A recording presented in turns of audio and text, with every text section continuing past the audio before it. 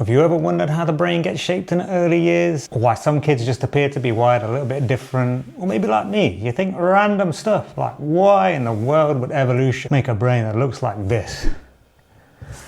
I mean, surely something sleeker would have worked better, right? Well, if any of those questions are of interest to you, hang tight, because I'm about to answer those questions and a couple more. My name's Alex. I'm a forensic psychologist who specializes in adolescents with social, emotional, mental health difficulties, and I'm looking to provide a bit of science and think about how to apply that in your life and the lives of your young people. Here's what you'll learn today. Impact of adversity on children's brains and future behavior, why those first 1,000 days are make or break in brain development, and a couple of simple actionable steps to help you support healthy development and resilience in the young people you're supporting. So have you ever heard of the Mowgli story? The boy who was raised by wolves?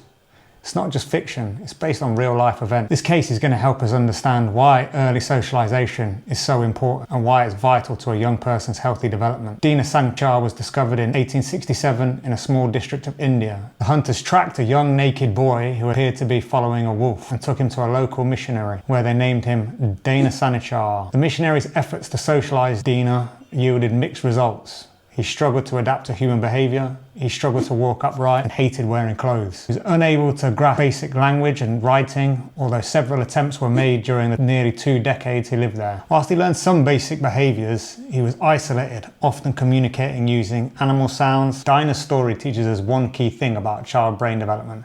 There is a critical period in which certain skills like language, literacy, need to be seen and exposed to.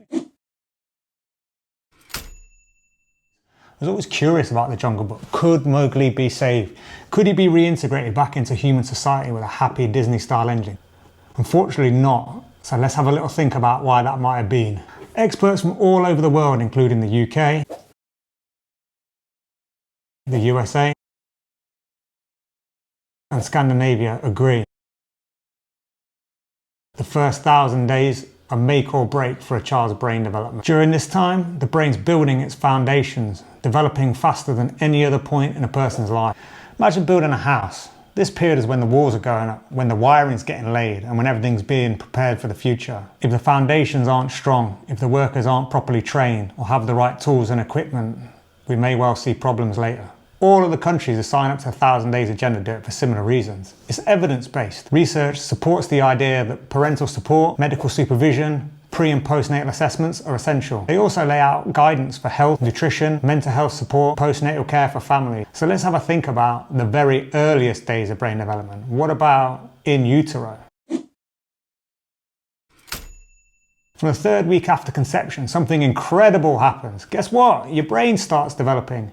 It begins producing specialized cells called neurons, which are like its building block. They migrate and organize themselves into primitive structures that over time evolve into fully formed sections for vision, hearing, body regulation, and everything else humans need to survive. The maddest thing about this is the way it happens. Rather than starting by building a frame and structure like a house, they start by building from the center outward. Later neurons shoot past the earlier ones like fireworks in the sky to form the center of other key structures. It's kind of like putting in the boiler, then the toilet, then the oven, before you have the frames, roof, or basic layout of the house set.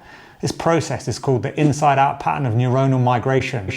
Maybe that's why the brain looks so funny. As the brain's developing, it bends and folds in on itself to increase its surface area. There's also a second benefit, which is the closeness and proximity of brain areas together. It means that they can wire and fire communication. So what the brain does is shrink and fold in on itself, creating that intestine-looking walnut feature that we see in the one that I laughed at earlier. Probably be like one of those eggheads that we used to see in those 90s movies where you'd have this massive head to fit in all the brains. It's important here to think about areas of the brain that are key, like the prefrontal cortex. This is responsible for thinking, planning, organizing, like the amygdala that's responsible for threat assessment, learning and management.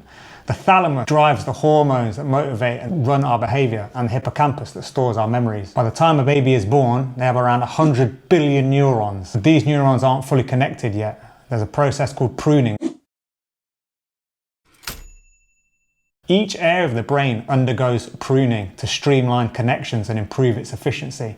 When pruning happens at the right time, it supports healthy brain development and learning, getting rid of the things you don't use and preferencing the things that you do use. Think of it this way, your own pruning is like cleaning up your iPhone storage. Have you ever been in a situation where you've gone to open an app only to find it's mysteriously gone to the cloud, you need to re-download it? Or your phone's automatically pruned it to free up space for what you really use more regularly. Your brain works the same way. It prunes away unused neural connections, streamlining what's left for more important tasks. If you haven't received the input needed to develop language, movement, or other key milestones, your brain will prune away the connections and wiring that make that possible. So we know that children's brains are incredibly plastic, meaning they can adapt and form new connections based on new experience. Some researchers are now starting to argue that conditions like ASD, ADHD, and other mental health difficulties could be a product of underactive or overactive pruning. So are there any cases where children like Dina were able to reintegrate? In short, yes, but there are some key differences that we need to think about. Malaya sought safety with the dogs that lived at the end of her street. She came from a large family with lots of siblings. There wasn't enough food, bedding or money, and her parents had an alcohol problem. She left her home at 4. She was found by social services at the age of 7. She walked on all 4s, barked and behaved like a dog, and ate raw meat. But her story does offer us some hope. She experienced profound isolation, but was eventually able to rehabilitate herself. Within a year of being found, Oxana had started to learn human language and skills, and today she lives a relatively independent life. Her story shows us just how resilient the human brain can be. What are the key differences between Dina and Oxana? She probably was exposed to language, probably did have that foundational learning to being able to process and understand language. So what lessons can we learn from all this? Promoting language development is key to developing social connection and emotional understanding. Encourage conversations from birth, even if your child can't speak yet. Narrate your daily activities, respond to their babbling. Make sure that you're giving them lots of eye contact and communication. This will help to build vocabulary. Read to them, sing songs with them, engage them in storytelling and any activities that enrich their cognitive and social experiences. This will help them understand the world. Parents should also model respectful communication, conflict resolution. We really want to set about creating a supportive environment. Warmth, empathy, compassion are key skills to help foster a sense of security. Building attunement with your young people involves responding to their needs and engaging in frequent face-to-face interactions. For infants, this includes mirroring their facial expressions. Mark mirroring, we reflect the infant's emotions. This helps develop basic skills and circuits for understanding feelings and associating them with body sensations. Over time, this forms a foundation of a child's ability to recognize and interpret their own emotions and those of others. We can provide new experiences that can help to shape and mold new ways of perceiving, thinking, and responding in the world. Experiences that stimulate neural development and enhance cognitive skills. Importantly, exposure to a variety of learning experiences helps the brain to adapt and adjust. Provide children with consistent, positive experiences that challenge their cognitive and emotional abilities. The brain's always capable of growth. Every interaction counts. All the nurturing moments you can create plays a part in shaping the brain's future. Interested in thinking a little bit about the second phase of brain development, watch this video here to learn a little bit about the teenage brain, because that's a whole different set of problems and behaviors.